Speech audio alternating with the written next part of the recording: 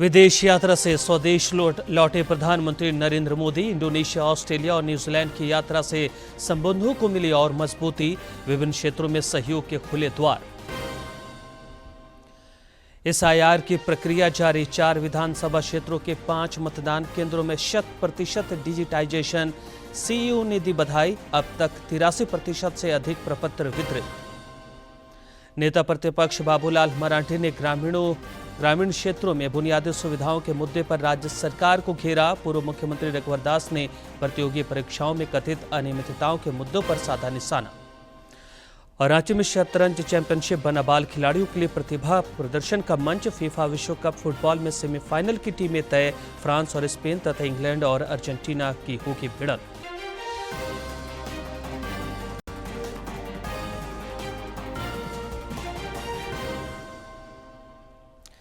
नमस्कार, खबरें झारखंड में आपका स्वागत है। मैं हूं रियाज आलम और अब समाचार विस्तार से। प्रधानमंत्री नरेंद्र मोदी 3 देशों की यात्रा संपन्न कर कल स्वदेश लौटे। उनकी इंडोनेशिया, ऑस्ट्रेलिया और न्यूजीलैंड की यात्रा से संबंधों को नई ऊर्जा मिली है और सहयोग के द्वार खुले। ये हमारे संबंधों के एक नए अध्याय का शुभारंभ है। हमें ट्रेड के साथ साथ ट्रस्ट, टेक्नोलॉजी और टैलेंट का ब्लूप्रिंट हम तैयार कर रहे हैं।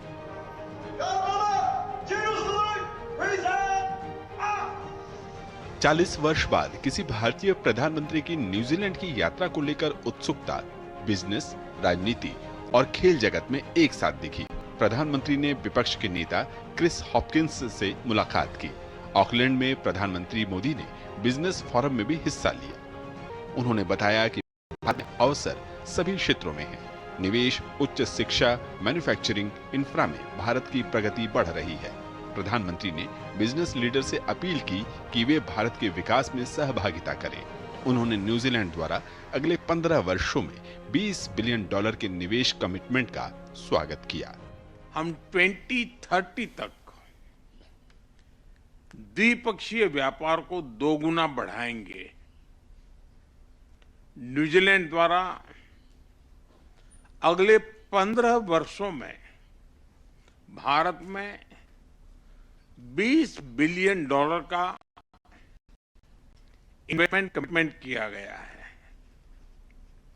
यह केवल निवेश का नहीं है, बल्कि भारत की विकास यात्रा में सहभागी बनने का भी कमिटमेंट है।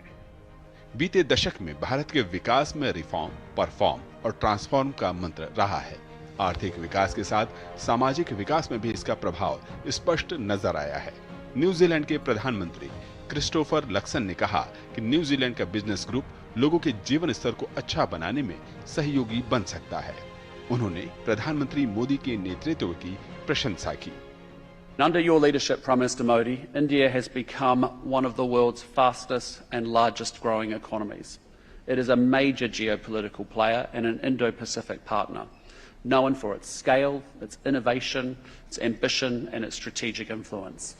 हॉर्टिकल्चर, डेयरी, उच्च शिक्षा, खेल में भारत न्यूजीलैंड का आपसी सहयोग कई सकारात्मक परिणाम लेकर आएगा। प्रधानमंत्री मोदी के सम्मान में न्यूजीलैंड के प्रधानमंत्री क्रिस्टोफर लक्सन ने एक लंच आयोजित किया। इसमें माओरी संस्कृति की झलक देखने को मिली। प्रधानमंत्री मोदी ने कहा कि सांस्कृतिक और खेल क्षेत्र में दोनों देशों का सहयोग बढ़ा है और ज्वाइंट स्पोर्ट्स एक्शन प्लान पर भारत न्यूजीलैंड साथ काम कर रहे हैं। इस वर्ष हम दोनों देशों के बीच खेल संबंधों की 100वीं वर्षगांठ मना रहे हैं। 100 साल पहले मेजर ध्यानचंद के नेतृत्व में हॉकी टीम ने यहां आकर जो इतिहास रचा था, वह हमारी खेल साझेदारी को आज भी प्रेरित कर रहा है। इस उपलक्ष्य पर हम दोनों देशों में कई स्पोर्ट्स इवेंट्स आयोजित कर रहे हैं। क्रिकेट के साथ साथ अन्य खेलों में भी सहयोग बढ़ाने के लिए हमने स्पोर्ट्स ज्वाइंट एक्शन प्लान बनाया है। हाल ही में भुवनेश्वर में न्यूजीलैंड रग्बी और रग्बी इंडिया के कोचिंग प्रोग्राम से अच्छी शुरुआत हुई है। ऑकलैंड में प्रधानमंत्री नरेंद्र मोदी ने न्यूजीलैंड के पूर्व क्रिकेटर रॉस टेलर और स्पोर्ट्स न्यूजीलैंड के सीईओ रेलन कैसल से मुलाकात की। इस दौरान न्यूजीलैंड को आईसीसी T20 विश्व कप की ट्रॉफी का हस्तांतरण किया। इस श्रृंखला का आयोजन 2028 में न्यूजीलैंड और ऑस्ट्रेलिया संयुक्त रूप से करेंगे। प्रधानमंत्री ने कहा कि भारत और न्यूजीलैंड एक रग्बी टीम की तरह हैं जो चुनौतियों को टैकल करेंगी। ऑकलैंड से आरिंद्र प्रताप सिंह के साथ ब्यूरो रिपोर्ट, डीडी न्यूज। राज्य में एसआईआर की प्रक्रिया जारी है। मुख्य निर्वाचन पदाधिकारी के रवि कुमार ने बताया है कि बीएलओ द्वारा अब तक 83% से अधिक वोटरों के बीच इन्यूमरेशन फॉर्म वितरित किए गए हैं। श्री कुमार ने सभी मतदाताओं से इसमें सक्रिय भागीदारी सुनिश्चित करने का आग्रह किया है। मुख्य निर्वाचन पदाधिकारी ने बताया कि 14 जुलाई को चुनावी पाठशाला का भी आयोजन होना है, जिसमें सभी स्टेक होल्डर से सहयोग और भागीदारी की अपेक्षा है। उन्होंने बताया कि एसआईआर प्रपत्र भरने के मामले में चक्रधरपुर विधानसभा क्षेत्र अंतर्गत मतदान केंद्र संख्या 195 तथा 196 और तोरपा विधानसभा क्षेत्र के मतदान केंद्र संख्या 87, बड़कागांव विधानसभा क्षेत्र के मतदान संख्या 44 और सिमडेगा विधानसभा क्षेत्र के मतदान केंद्र संख्या 218 के बीएलओ ने सभी वोटरों का फॉर्म भरवाकर इसका 100% डिजिटाइजेशन प्रक्रिया पूरी कर ली है। श्री कुमार ने क्षेत्र के मतदाताओं, बीएलओ, BLA2 और संबंधित सभी स्टेक होल्डर्स को बधाई दी है। एसआईआर को लेकर राजनीतिक दल भी सजग हैं। पार्टियों द्वारा बूथों पर BLA2 की तैनाती की गई है, जो एसआईआर की प्रक्रिया में सहयोग कर रहे हैं। मंत्री सह कांग्रेस नेत्री शिल्पी नेहा तिर्की ने बेड़ो और इटकी प्रखंड मुख्यालय में आयोजित BLA2 के प्रशिक्षण शिविर में शामिल हुई। इस दौरान उन्होंने एसआईआर की प्रक्रिया में BLA2 की भूमिका को रेखांकित किया। श्रीमती तिर्की ने बताया कि पार्टी के बूथ लेवल एजेंट वोटरों को प्रपत्र भरने में सहयोग कर रहे हैं। उन्होंने भरोसा जताया कि प्रशिक्षण के बाद इस अभियान में और गति आएगी। ढांचागत संरचना विकास पर राज्य सरकार का फोकस है। मंत्री हफीजुल हसन ने मधुपुर प्रखंड के कचरा मोड़ में लगभग 7 करोड़ रुपए की लागत से सड़क मजबूतीकरण कार्य का कल शिलान्यास किया। इस दौरान उन्होंने अपने संबोधन में कहा कि सरकार गांव-गांव में सड़क, शिक्षा, सिंचाई और आधारभूत सुविधाओं का विस्तार कर रही है। मजबूत सड़कें क्षेत्र के विकास की रीढ़ हैं। इस सड़क के सुदृढ़ीकरण से इलाके के लोगों को सीधा लाभ मिलेगा। इधर नेता प्रतिपक्ष बाबूलाल मरांडी ने ग्रामीण क्षेत्रों में बुनियादी सुविधाओं के मुद्दे पर राज्य सरकार को घेरा है। उन्होंने सोशल मीडिया पर गिरिडीह के पीरटांड प्रखंड का एक वायरल वीडियो साझा किया है, जहां कुछ ग्रामीण एक गर्भवती महिला को खटिया पर लादकर अस्पताल ले जाते दिख रहे हैं। श्री मरांडी ने इस दृश्य को अत्यंत पीड़ादायक बताया है। उन्होंने कहा कि इससे पहले इसी गांव से ऐसा ही एक मामला सामने आया था, लेकिन अब तक सड़क निर्माण की दिशा में कोई पहल नहीं हुई। नेता प्रतिपक्ष ने कहा कि यह बेहद दुर्भाग्यपूर्ण है कि आज भी कई गांव सड़क जैसी बुनियादी सुविधा से वंचित हैं। राज्य सरकार विकास के बड़े बड़े दावे करती है, लेकिन जमीनी हकीकत कुछ और ही बयां करती है। पूर्व मुख्यमंत्री रघुवर दास ने प्रतियोगी परीक्षाओं में कथित अनियमितताओं को लेकर राज्य सरकार पर निशाना साधा है। उन्होंने आज एक सोशल मीडिया पोस्ट में कहा कि जेपीएससी सिविल सेवा परीक्षा 2025 की पीटी परीक्षा को लेकर सवाल उठ रहे हैं, जो गंभीर है और चिंताजनक है। सोशल मीडिया पर वायरल OMR शीट तथा परीक्षा परिणाम से जुड़े दावे अगर सत्य हैं, तो यह केवल परीक्षा की निष्पक्षता पर सवाल नहीं, बल्कि लाखों मेहनती युवाओं के भविष्य पर आघात है। परीक्षार्थियों द्वारा उठाए गए सभी बिंदुओं पर आयोग और राज्य सरकार को सार्वजनिक रूप से जवाब देना चाहिए, ताकि स्थिति स्पष्ट हो चुके। भाजपा के लिए युवाओं का हित सर्वोच्च प्राथमिकता है। पूर्ववर्ती सरकारों ने निष्पक्षता को सर्वोच्च प्राथमिकता दिया था। रांची में झारखंड कोलियारी मजदूर यूनियन के केंद्रीय समिति की बैठक हुई। केंद्रीय कार्यालय में आयोजित इस बैठक के दौरान झामुमो के केंद्रीय महासचिव विनोद पांडे समेत अन्य नेता मौजूद रहे। इस दौरान यूनियन के कार्यों की समीक्षा हुई, साथ ही आगामी कार्यक्रमों पर भी विमर्श हुआ। श्री पांडे ने श्रमिकों के हितों की रक्षा सुनिश्चित करने की दिशा में पदाधिकारियों को सक्रिय रहने की हिदायत दी। केंद्र प्रायोजित पीएमएफएमई योजना के तहत अब तक 2 लाख से अधिक सूक्ष्म खाद्य प्रसंस्करण उद्यमों के ऋण स्वीकृत किए गए हैं। इस सिलसिले में कल एक कार्यक्रम का आयोजन हुआ, जिस दौरान केंद्रीय खाद्य प्रसंस्करण मंत्री चिराग पासवान ने योजना के तहत 2 लाखवें लाभार्थी रांची के इंद्रजीत सिंह को सम्मानित किया और उन्हें स्वीकृति पत्र और प्रमाण पत्र सौंपा। और छोटे शहरों में खाद्य प्रसंस्करण से जुड़े लाखों छोटे उद्यमों को नई पहचान और नई उड़ान देने वाली प्रधानमंत्री सूक्ष्म खाद्य प्रसंस्करण उद्यमियों के लिए पीएमएफएमई योजना ने एक नया इतिहास रच दिया है। नई दिल्ली में आयोजित विशेष समारोह में योजना के तहत 2 लाख से अधिक ऋण स्वीकृत होने की उपलब्धि के दिन विशेष कार्यक्रम का आयोजन किया गया। इस मौके पर केंद्रीय खाद्य प्रसंस्करण उद्योग मंत्री चिराग पासवान ने झारखंड के रांची निवासी इंद्रजीत सिंह को योजना के 2 लाखवें लाभार्थी के रूप में सम्मानित किया। खाद्य प्रसंस्करण का क्षेत्र एक ऐसा क्षेत्र है जो आने वाले दिनों में जब हम लोग विकसित भारत के लक्ष्य के साथ हम लोग आगे बढ़ते हैं, 2047 में जब हम लोग भारत को एक विकसित देश बनता हुआ देखना चाहते हैं, उसमें एक अहम भूमिका ये क्षेत्र निभाएगा। आज की तारीख में हमारे पास वो वॉल्यूम है जहां हम अपने देश की खाद्य ज़रूरतों को पूरा करते हुए कई और देशों की खाद्य फूड सिक्योरिटी पे भी हम लोग ध्यान दे सकते हैं। पीएमएफएमई योजना के तहत अब तक 20,300 करोड़ रुपए से अधिक का निवेश आकर्षित हुआ है। सूक्ष्म उद्यमों को वित्त, प्रशिक्षण, तकनीक, ब्रांडिंग और बाजार से जोड़ने वाली पीएमएफएमई योजना अब केवल सरकारी योजना नहीं, बल्कि स्थानीय उत्पादों को राष्ट्रीय पहचान दिलाने और ग्रामीण अर्थव्यवस्था को नई मजबूती देने का माध्यम बन चुकी है। 2 लाख से अधिक ऋण स्वीकृतियों का ये पड़ाव बताता है कि छोटे उद्यमों के जरिए बड़े आर्थिक बदलाव की सरकार की रणनीति अब जमीनी स्तर पर परिणाम देने लगी है। पीएमएफएमई के तहत लोन लिया 7 लाख का, जिससे मैंने बड़ी मशीनें ली, जिससे मेरा उत्पादन बढ़ा और मेरे प्रोडक्ट में गुणवत्ता आई।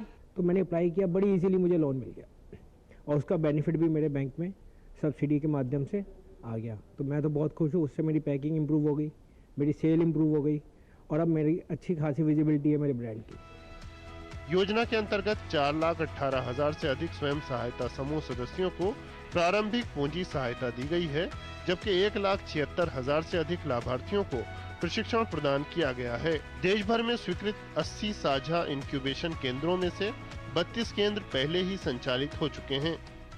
पीएमएफएमई योजना का देश भर में 2 लाख से ज्यादा हितग्राहियों को इसका सीधा लाभ मिला है। इस योजना में 45% से ज्यादा महिलाएं हैं, साथ ही 90% से ज्यादा फर्स्ट टाइम एंटरप्रेन्योर को इसका लाभ मिला है। इस योजना के माध्यम से ग्रामीण और छोटे कस्बों में न सिर्फ आर्थिक समृद्धि आई है, बल्कि बड़ी संख्या में लोग आत्मनिर्भर भी बन रहे हैं। कैमरामैन विनोद ओझा के साथ अजीत द्विवेदी, डीडी न्यूज, दिल्ली। राज्य सूचना आयोग में 4 सूचना आयुक्तों की नियुक्ति से आयोग के कामकाज में तेजी आई है। सूचना आयुक्त तनुज खत्री की अध्यक्षता में गुमला में कल बैठक का आयोजन हुआ। इस दौरान सूचना अधिकार अधिनियम के अनुपालन और क्रियान्वयन की स्थिति की समीक्षा हुई। श्री खत्री ने लंबित मामलों के निष्पादन और नागरिकों तक समयबद्ध सूचना उपलब्ध कराने पर जोर दिया।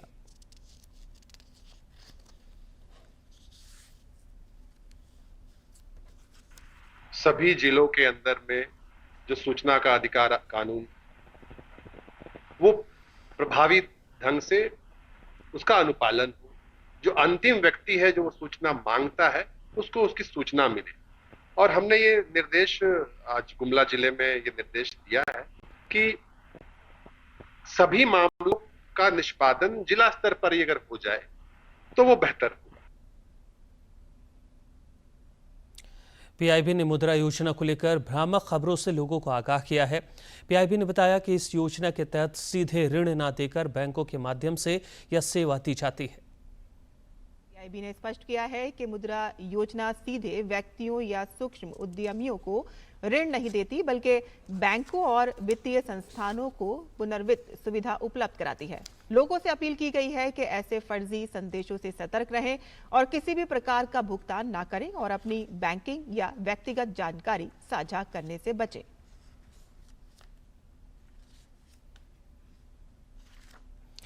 पलामू में पुलिस को ऑपरेशन प्रहार के तहत बड़ी सफलता मिली है। मेदिनीनगर सदर और पांके थाना क्षेत्र में पुलिस की कार्रवाई के दौरान करीब 50 किलोग्राम डोडा और 754 ग्राम अफीम तथा 15,000 रुपए नकद जब्त किए गए हैं। पुलिस अधीक्षक कपिल चौधरी ने बताया कि हरियाणा के चर्चित तस्कर समेत 5 लोगों को गिरफ्तार करने में सफलता मिली है। पाटन थाने में कल 21 किलोग्राम गांजा जब्त हुआ है, इसमें एक व्यक्ति की गिरफ्तारी हुई है। इसके साथ साथ शहर थाने में भी 90 ग्राम गांजा जब्त हुआ है, उसमें भी एक व्यक्ति की गिरफ्तारी हुई है। और चैनपुर में हेरोइन की 5 या 6 पुड़िया के साथ में एक व्यक्ति की गिरफ्तारी हुई है। तो ये ऑपरेशन प्रहार के तहत हमारा मकसद शहर के वैसे तमाम व्यक्ति जो कि नशे के कारोबार में शामिल हैं, उनके खिलाफ एक्शन लेना, उनके बिक्री को खत्म करना और उनको न्यायिक हिरासत में पहुंचाना, ये उद्देश्य के साथ ऑपरेशन प्रहार लॉन्च किया गया है। इधर धनबाद के हीरापुर स्थित एक मार्केट से कॉस्मेटिक दुकान से चोरी करती 2 महिलाएं पकड़ी गई हैं। दुकानदारों और कर्मचारियों ने इन दोनों को रंगे हाथ पकड़ा। सूचना मिलने पर पुलिस पहुंची और दोनों महिलाओं को हिरासत में लिया गया। चोरी की यह घटना सीसीटीवी में भी कैद हुई है। रिकॉर्डिंग भी है कैमरा में। परेशान हो गए लोग। हम लोग 3-4 दिन से उसका रेकी कर रहे थे। हाँ, सब बोरा साथ में पहले का भी रिकॉर्डिंग है। कबूल रहा पूरा, ये वही सच ने बता रहे, एगो बोरा मटकुरिया, एगो बोरा जहरिया।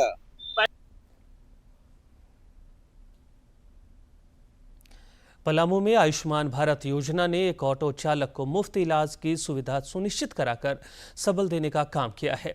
पलामू के चैनपुर सामुदायिक स्वास्थ्य केंद्र के विशेषज्ञ सर्जनों की टीम ने आयुष्मान योजना के तहत उनका सफल टोटल नी रिप्लेसमेंट किया। पलामू में आयुष्मान भारत योजना ने स्थानीय ऑटो ड्राइवर की अंधेरी जिंदगी में दोबारा खुशियों की रोशनी बिखेरी है। पलामू के चैनपुर सामुदायिक स्वास्थ्य केंद्र के विशेषज्ञ सर्जनों की टीम ने आयुष्मान योजना के तहत सोनू का सफल टोटल नी रिप्लेसमेंट किया, जिसके बाद सोनू अब बिना किसी सहारे के अपने पैरों पर दोबारा सामान्य रूप से चलने लगे हैं। 4 साल पहले मेरा एक्सीडेंट हुआ था, पैर नहीं मुड़ता था, पैर में प्रॉब्लम हुआ था और हड्डी खांस जाते थे। तो सर परवीन सर से मिले और जो आयुष्मान कार्ड होता है उस तहत से मैंने कि मेरा इलाज हुआ, रिप्लेस हुआ घुटना। यहाँ हम लोग आते जाते थे, इसी संपर्क से हम आए यहाँ। तो पलामू चैनपुर में आयुष्मान कार्ड से मेरा छोटा भाई का घुटना चेंज हो गया है। इस योजना के सामाजिक और चिकित्सीय प्रभावों पर बात करते हुए स्थानीय डॉक्टरों ने बताया कि पहले के दौर में महंगे इलाज और ऑपरेशन के खर्च के डर से गरीब मरीज अस्पतालों का रुख ही नहीं करते थे और असमय ही गंभीर बीमारियों या अपंगता के शिकार हो जाते थे। लेकिन अब इस डिजिटल कार्ड की ताकत के कारण मरीज बिना किसी वित्तीय चिंता और मानसिक तनाव के सही समय पर अस्पताल पहुंच रहे हैं और पूरी गरिमा के साथ अपना उपचार करवा रहे हैं। आयुष्मान भारत में जो गरीब लोग हैं या मध्यम वर्गीय लोग हैं, उनके लिए एक गेम चेंजर पॉलिसी है। हम लोगों ने लगभग पिछले 2 साल में 1,500 से ऊपर मरीजों का यहाँ पर इलाज किया है, जिसमें से 8 सिजेरियन सेक्शन के भी यहाँ पर मरीज हैं। अगर ये सुविधा दी ही गई है कि इस तबके के लोग जो कि सामान्य तौर पे अस्पताल जाने से भी हिचकते हैं, उन लोगों के लिए ही ये सुविधा रही और आप फायदा सामने देख रहे हैं। इसका हमने प्रथम बार किसी भी सीएचसी में, पूरे झारखंड स्तर में किसी भी सीएचसी में पहली बार नी रिप्लेसमेंट, इतनी बड़ी सर्जरी को सफलतापूर्वक किया गया। निश्चित रूप से आयुष्मान भारत योजना ने समाज के अंतिम पायदान पर खड़े व्यक्ति को ये विश्वास दिलाया है कि पैसे के अभाव में उसका इलाज नहीं रुकेगा। पलामू के सोनू जैसे लाखों लोगों को दोबारा अपने पैरों पर खड़ा कर ये योजना देश के मानव संसाधन को सशक्त कर रही है। पलामू से श्रवण सोनी की रिपोर्ट। कोडरमा में एक महिला की संदेहास्पद मौत का मामला सामने आया है। पुलिस ने मामले में उसके पति को हिरासत में लिया और शव को पोस्टमार्टम के लिए सदर अस्पताल भेज दिया है। बताया जा रहा है कि आरोपी पत्नी के शव और परिवार के अन्य सदस्यों के साथ नेपाल भागने की तैयारी में था, लेकिन वो पकड़ा गया।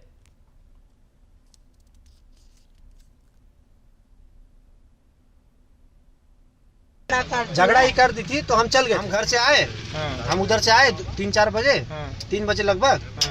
हम इससे पूछे बड़का बेटी से, बेटी मम्मी उठी है? नहीं, अभी तक तो नहीं उठी है। तो हम बोले रेशमा उठो ना, तो देते उठबे नहीं कर रही है। उसके बाद हम अगबगा गए, तो हाथ छुए तो हाथ पूरा टाइट है। हम लगे कि नहीं अब तो इसका डेथ हो गया। फोन आया कैसे से बात है, मारपीट किया है वो अपने पत्नी को। तो बोले देखो उसको क्या है, तो देखा 12 आदमी किया अगल बगल के, तो उसको हॉस्पिटल फिर एम्बुलेंस द्वारा ले गया जहाँ उसको मृत्यु घोषित किया। और अब जिलों की कुछ खबरों को देखते हैं फटाफट अंदाज में।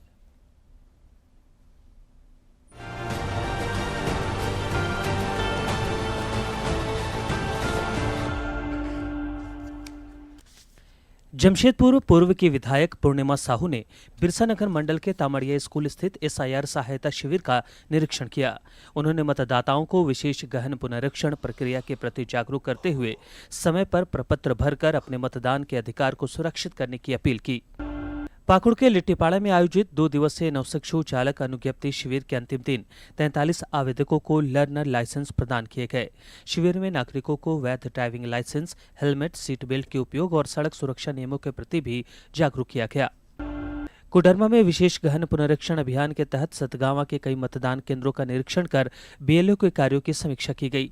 अधिकारियों ने नए पंजीकरण, सत्यापन और गणना प्रपत्र वितरण समय पर पूरा करने के निर्देश दिए तथा नागरिकों से मतदाता विवरण सत्यापित कराने की अपील की।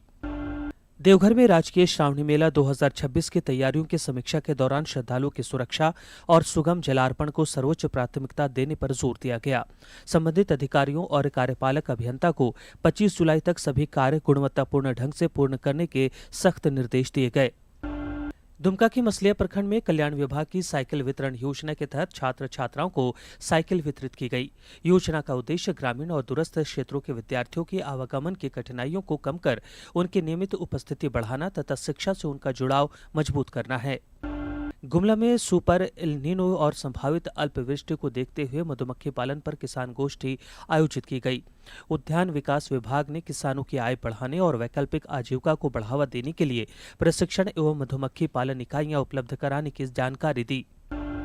खूंटी में 19 जुलाई को आयोजित होने वाली झारखंड क्षेत्रीय कार्यकर्ता प्रतियोगिता परीक्षा 2024 के सफल, निष्पक्ष, कदाचार मुक्त और शांतिपूर्ण संचालन को लेकर सभी केंद्राधीक्षकों को आवश्यक दिशा निर्देश दिए गए।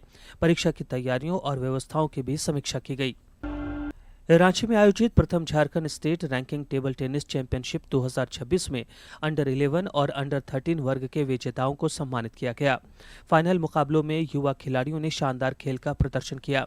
12 जुलाई को अंडर 15, 17, 19 तथा पुरुष वर्ग तथा महिला वर्ग के फाइनल मुकाबले और समापन समारोह होगा।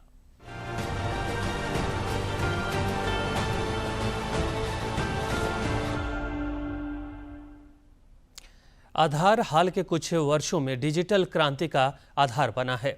आज के दिन संसद द्वारा पारित आधार अधिनियम के तहत भारतीय विशिष्ट पहचान प्राधिकरण की स्थापना की गई थी।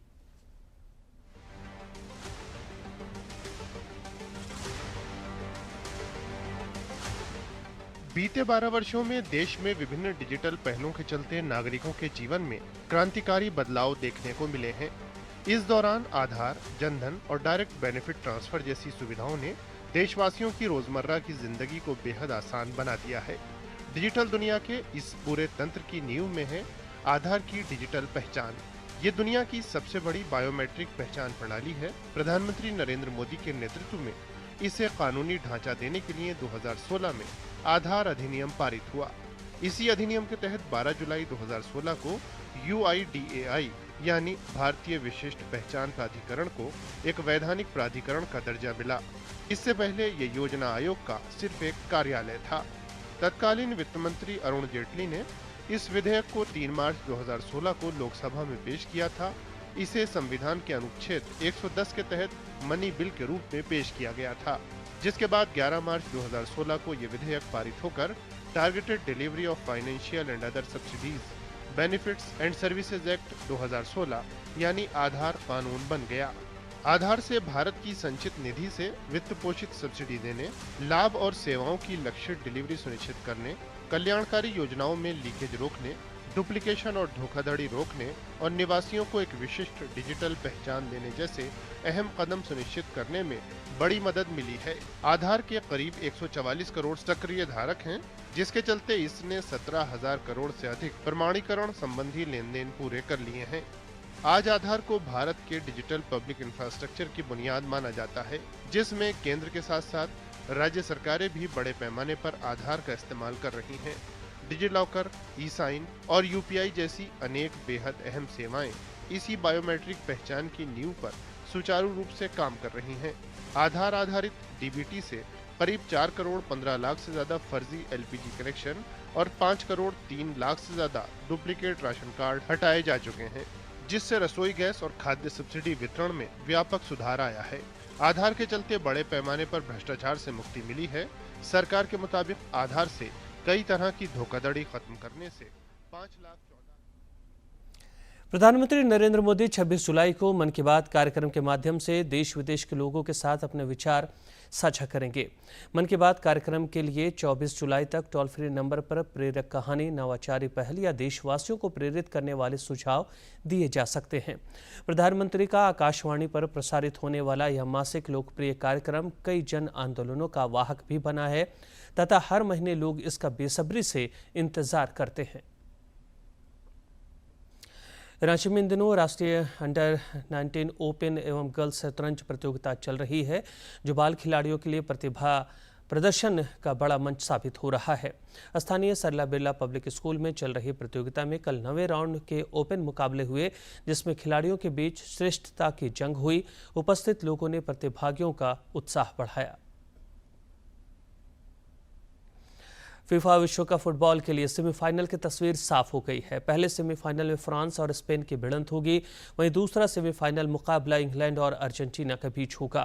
कल खेले गए क्वार्टर फाइनल मुकाबले में अर्जेंटीना ने स्विट्जरलैंड को 3-1 से हराया, जबकि इंग्लैंड ने नॉर्वे को 2-1 से पराजित किया। वर्ल्ड कप 2026 के क्वार्टर फाइनल मुकाबले में डिफेंडिंग चैंपियन अर्जेंटीना ने स्विट्जरलैंड के खिलाफ शानदार शुरुआत की है। अमेरिका के कैंसास सिटी स्टेडियम में खेले जा रहे मुकाबले में अर्जेंटीना ने शुरुआती 10वें मिनट में ही 1-0 की बढ़त हासिल कर ली। कप्तान लियोनेल मेसी की अगुवाई में उत्तरी अर्जेंटीना की टीम ने शुरुआत से ही आक्रामक खेल दिखाया और स्विट्जरलैंड के डिफेंस पर लगातार दबाव बनाया। मुकाबले के 10वें मिनट में मेसी के बेहतरीन असिस्ट पर एलेक्सिस मैक एलिस्टर ने शानदार हेडर लगाकर गेंद को गोल पोस्ट में पहुंचाया और टीम को बढ़त दिलाई। और मैक एलिस्टर के इस गोल के बाद अर्जेंटीना का आत्मविश्वास और बढ़ गया। टीम लगातार आक्रमण करती रही और सेमीफाइनल में जगह बनाने की दिशा में मजबूत कदम बढ़ा चुकी है। इस मुकाबले की विजेता टीम का सामना सेमीफाइनल में इंग्लैंड से होगा और ऐसे में अर्जेंटीना के लिए ये मुकाबला खिताबी सफर को आगे बढ़ाने के लिहाज से बेहद अहम माना जा रहा है। वहीं फीफा वर्ल्ड कप 2026 के तीसरे क्वार्टर फाइनल मैच में इंग्लैंड ने नॉर्वे को 2-1 से हरा दिया और इस जीत के साथ ही इंग्लैंड ने सेमीफाइनल में जगह बना ली है। मैच के पहले हाफ में आंद्रेयास शेल्डरअप ने 36वें मिनट में गोल दागते हुए नॉर्वे को बढ़त दिला दी। हालांकि इंग्लैंड ने हाफ टाइम से पहले ही इस बढ़त को बराबर कर दिया। राज्य में 17 जुलाई तक हल्के से मध्यम दर्जे की बारिश का पूर्वानुमान है। इस अवधि में कई इलाकों में आंधी और वज्रपात की भी आशंका है, जिसे लेकर मौसम विज्ञान केंद्र ने येलो अलर्ट जारी किया है। 2 दिनों के बाद तापमान में करीब 4 डिग्री सेल्सियस तक की गिरावट हो सकती है। इधर पिछले 24 घंटे के दौरान गोड्डा और धनबाद में अच्छी बारिश हुई।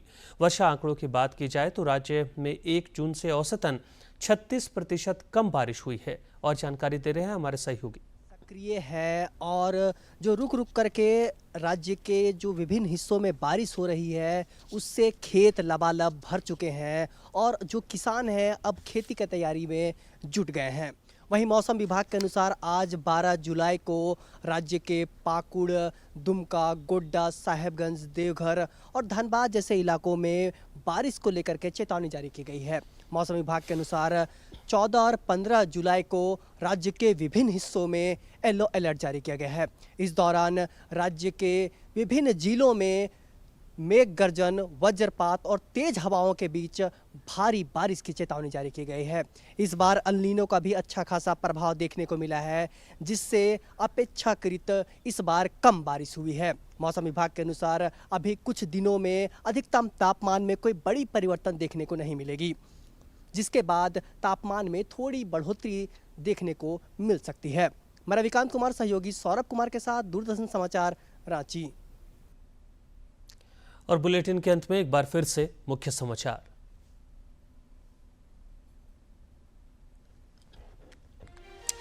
विदेश यात्रा से स्वदेश लौटे प्रधानमंत्री नरेंद्र मोदी। इंडोनेशिया, ऑस्ट्रेलिया और न्यूजीलैंड की यात्रा से संबंधों को मिली नई मजबूती। विभिन्न क्षेत्रों में सहयोग के खुले द्वार।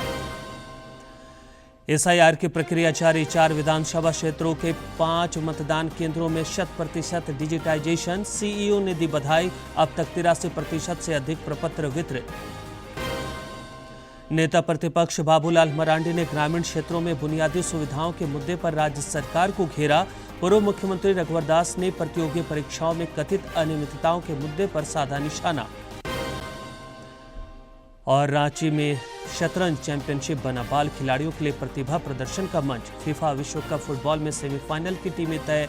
फ्रांस और स्पेन तथा इंग्लैंड और अर्जेंटीना की होगी भिड़ंत।